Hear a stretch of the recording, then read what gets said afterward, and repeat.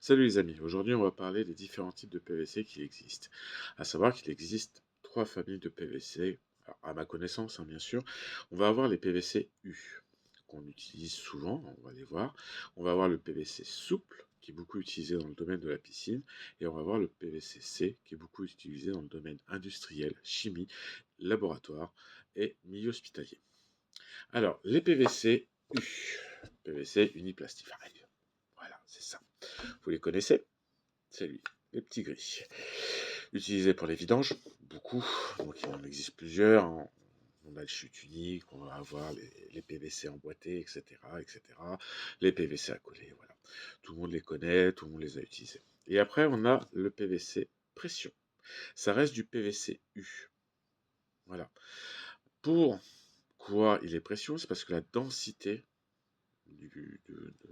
là-dedans, en fait, la densité du PVC est beaucoup plus forte que dans lui.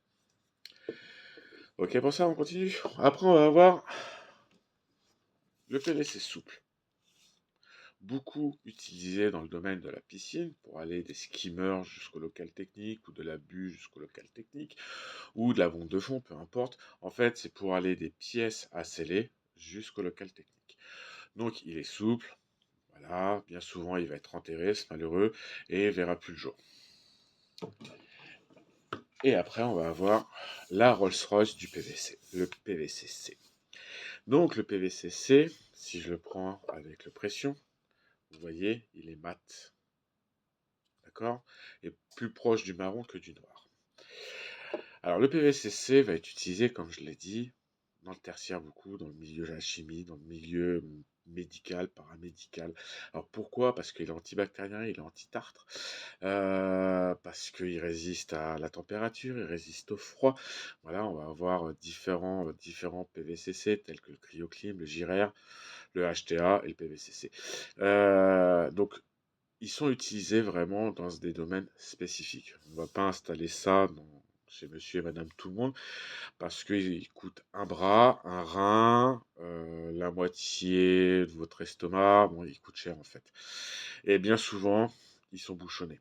Alors, aussi, problème technique, c'est qu'on ne les trouve pas facilement, il faut les commander. Voilà. Alors, à savoir que sur les PVC, que ce soit pression ou PVC-C, on va avoir des écrits. Donc, par exemple, celui-là, il y a écrit qu'il a une résistance à 6 bars. Sur le PVC pression, il avait une pression nominale de 16 bars. Voilà, donc ce sont des PVC qui résistent à la pression.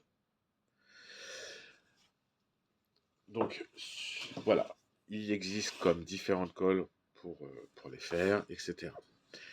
Donc maintenant on va parler vite fait de lui. Donc lui c'est un PVC pression qui a été collé avec de la colle de chez Geb et qui a été envoyé au CSTB. CSTB veut dire Centre Scientifique des Techniques du Bâtiment. Voilà, ça c'est du diamètre 50. Normalement ça c'est censé être un tube, comme là. Voilà, là on a un tube en diamètre 50. Bah là, avant, c'était un tube en diamètre 50 avant de gonfler comme un ballon parce qu'ils l'ont foutu dans la gueule 250 barres de pression. Voilà ce que ça donne. Et comme vous pouvez le voir, le PVC a tenu et les collages aussi. Sur une prochaine vidéo, on parlera des colles PVC et qui va avec quoi. Je vous dis à bientôt. Merci.